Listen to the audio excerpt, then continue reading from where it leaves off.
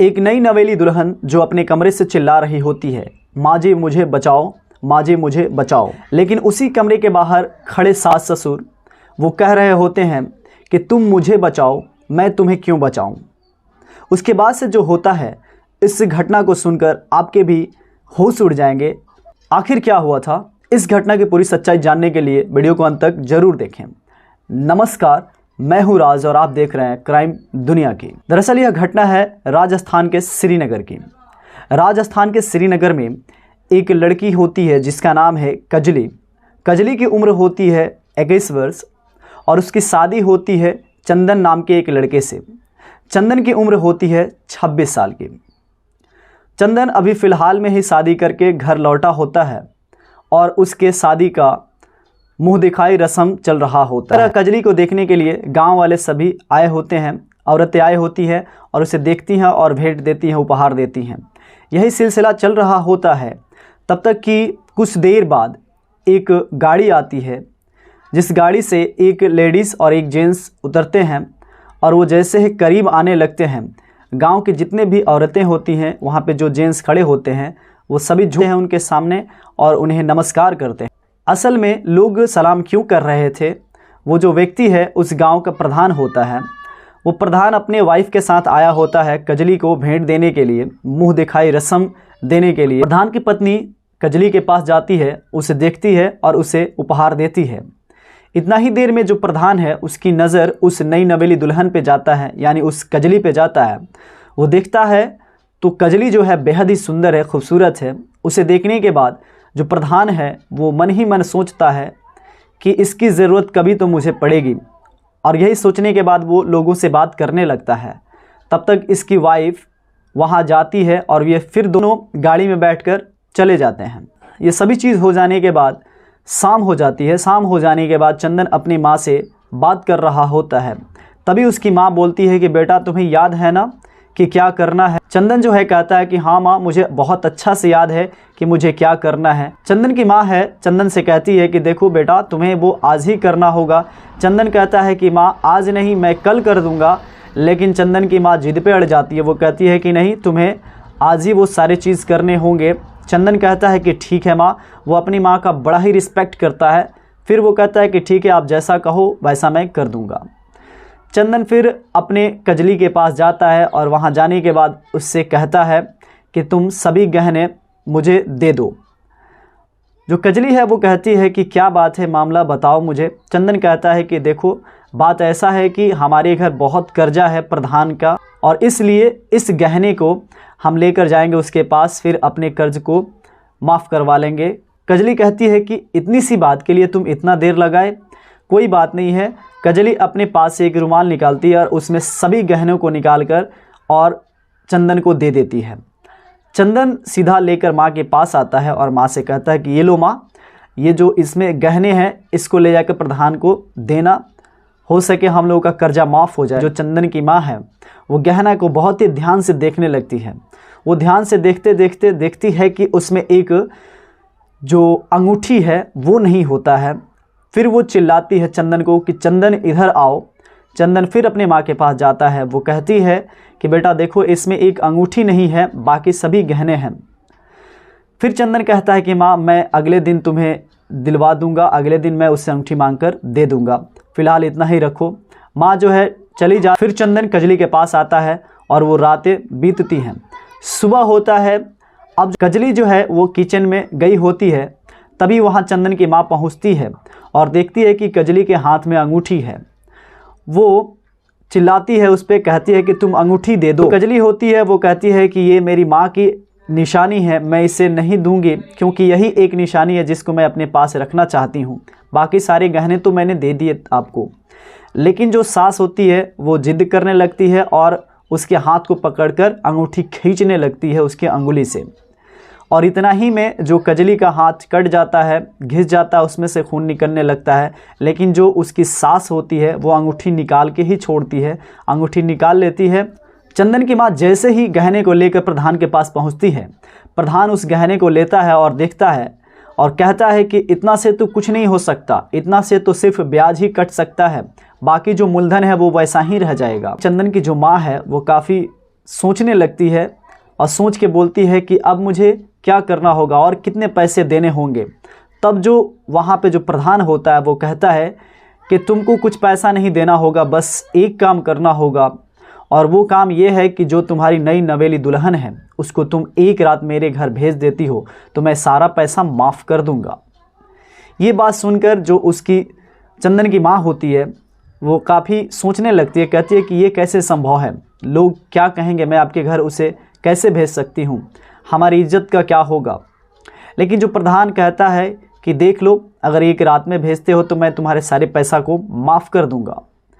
फिर क्या होता है, वो कहती है कि ठीक है, मैं घर जाती हूँ, पहले सोचती हूँ, उसके बाद से मैं आपको बताती हूँ। चंदन की माँ घर आ जाती है। घर आ जाने के बाद अपने जो पति होता है उससे बात करती है और कहती है कि क्या किया जाए, समझ में नहीं आ रहा है, इतना सारा पैसा है, इतने हम कर्ज में डूब पड़े हैं, आखिर एक रात की ही तो बात है, अगर हम ऐसा कर देते हैं तो सारा पैसा माफ़ हो जाएगा।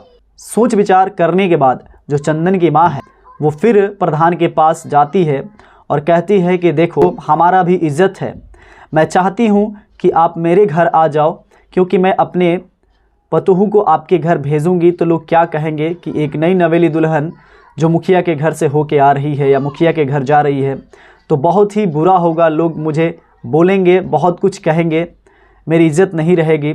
एक काम करो, आप मेरे घर ही आ जाना करीब 7-8 बजे, मैं कुछ उपाय लगाकर चंदन को अपने घर से हटा दूंगी। वो कहता है कि ठीक है, मैं आऊँगा, आप कोई उपाय लगाकर चंदन को उस रात को मत रखना, क्योंकि वो अड़ंगा डालेगा ऐसे कामों में। उसके बाद से वो जो चंदन की माँ है घर वापस आती है। आने के बाद उसी शाम को वो चंदन से कहती है कि एक काम करो, तुम मौसी के घर चले जाओ, मैं मौसी से बात की हूँ कि कुछ पैसा का इंतज़ाम वो कर देगी, जाओ तुम पैसा लेकर कल सुबह लौट आना। उसके बाद से जो लड़का है चंदन, वो काफ़ी रिस्पेक्ट करता अपनी माँ का, उसके बाद सुनता है और कहता है कि ठीक है माँ, मैं जा रहा हूँ, कल सुबह आ जाऊँगा। फिर वो चला जाता है और उसी रात करीब 8 बजे जो प्रधान है वो चंदन के घर आता है, और आने के बाद उसको जो सास ससुर होते हैं, यानी कि जो चंदन के माँ होती है, वो प्रधान को बहू के कमरे में भेज देती है। अब जो प्रधान है उस नई नवेली दुल्हन के घर में जाता है, उसके रूम में जाता है और उसके साथ दुष्कर्म करने लगता है, बलात्कार करने लगता है। अब वहीं पे बाहर खड़े ये सभी सुन रहे होते हैं, उसके सास ससुर, और उस घर के अंदर से वो चिल्ला रही होती है, माँ जी मुझे बचाओ, माँ जी मुझे बचाओ। लेकिन जो उसके सास ससुर उसी कमरे के जस्ट खड़े होकर सुन रहे होते हैं, सब कुछ देख रहे होते हैं, वो कुछ नहीं बोलते, कहते हैं कि तुम मुझे बचाओ, मैं तुम्हें क्यों बचाऊं। उसके बाद से आधे घंटे बीत जाते हैं। फिर प्रधान उस कमरे से निकलता है और वो जाने की तैयारी में लगता है। तब तक उसकी सास जो है वो पूछती है कि प्रधान जी अब क्या हुआ, अब तो सारे पैसे माफ़ हो गए। तो जो प्रधान है वो कहता है कि नहीं, इतना में तो कुछ नहीं हुआ, अब ये सिलसिला हर रोज़ 10-15 दिन तक चलेगा और उसके बाद से आपका पूरा पैसा माफ़ हो जाएगा। ये सुनने के बाद जो उसकी सास है वो सोच में पड़ जाती है। वो कहने लगी कि अब क्या होगा, अब तो चंदन को इस सारा बात पता चलेगा, अब मुझे समझ में नहीं आ रहा कि मैं क्या करूं। उसके बाद से उसी रात को जो प्रधान है वो अपने घर चला जाता है। सुबह हो जाती है। सुबह हो जाने के बाद अब जो कजली है वो सारे कपड़े को समेटकर अपने बैग में रख रही होती है और घर जाने की प्लानिंग कर रही होती है। और उसके बाद से सारा सामान रखने के बाद वो अपने मायके चली जाती है। तब तक कि करीब 10-11 बज रहे होते हैं। चंदन भी अपने मौसी के घर से अपने घर वापस आता है। वापस आने के बाद देखता है कि कजली नहीं है। वो काफ़ी ढूंढता है, चिल्लाता है, लेकिन वहाँ पे वो नहीं होती है। फिर वो अपने माँ के पास जाता है और माँ से पूछता है कि माँ, कजली कहाँ है। तो कजली के बारे में उसकी माँ जो बताती है वो सुनकर आप भी गुस्सा हो जाएंगे। जो उसकी माँ है वो कहती है कि देखो, वो कजली जो है अपने मन से प्रधान के पास गई हुई थी और उधर से आने के बाद वो अपने सारे कपड़े लेकर और यहाँ से अपने मायके चली गई। तुम बताओ क्या करना चाहिए। तब वो काफ़ी गुस्सा होता है चंदन और कहता है कि माँ, इसमें तुम्हारा ही कुछ साजिश है, वो प्रधान के पास बिल्कुल नहीं जा सकती। उसके बाद से बिना देरी लगाए चंदन अपने ससुराल जाता है। ससुराल जाने के बाद वो देखता है कि कजली रूम में बैठकर रो रही होती है। अब वो चंदन पहुंचता है उसके पास और पूछता है कि क्या बात है, बताओ क्या वाक़या है। कजली जो है सारी बात को बताती है। जो सास ससुर हैं वो रात को प्रधान को बुलाए थे और मेरे साथ गलत कृत्य करवाए, मुझसे संबंध बनवाया, उसके बाद से उसे छोड़ दिए और आप रात को नहीं थे जिसके वजह से ऐसा सब कुछ हो गया। वो काफ़ी गुस्सा होता है चंदन इन सभी बातों को सुनकर। उसके बाद से वो अपने ससुर और अपने पत्नी के साथ थाने में जाता है और थाने में जाने के बाद अपनी माँ के प्रति और अपने पिता के प्रति और एक जो प्रधान है उसके प्रति एफआईआर करता है। एफआईआर करने के बाद पुलिस जो है कार्रवाई करते हुए चंदन के घर पहुंचती है और चंदन के माता पिता को और उस प्रधान को भी गिरफ्तार कर लेती है, कस्टडी में ले लेती है। अब इन लोगों की सज़ा हो जाती है। दोस्तों, आप क्या कहना चाहोगे इस प्रकार के कांड को सुनकर, इस प्रकार के कहानी को सुनकर? आपको क्या लगता है, कैसा महसूस होता है?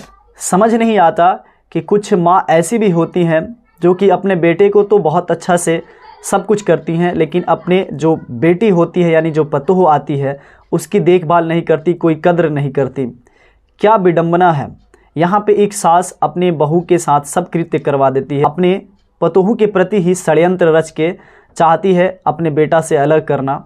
किस प्रकार की ये माँ है। लेकिन चंदन जो है वो समझ गया होता है कि मेरी माँ ही कुछ गलत कर रही है। अब बाद में वही होता है कि सब गलती उसके माँ में होती है जो प्रधान को बुलाकर इस प्रकार का कृत्य करवाती है। दोस्तों, इन सभी का सज़ा क्या होना चाहिए आप कमेंट करके ज़रूर बताएं। दोस्तों, इस कहानी को सुनाने का उद्देश्य आपको तकलीफ़ पहुंचाना नहीं है, ना ही आपके भावनाओं को ठेस पहुंचाना है। बस आपको बताना है कि आप जहां भी रहें सावधान रहें, सुरक्षित रहें, हंसते रहें, मुस्कुराते रहें और अपना ख्याल रखें। मिलते हैं नेक्स्ट वीडियो में, तब तक के लिए जय हिंद, जय भारत।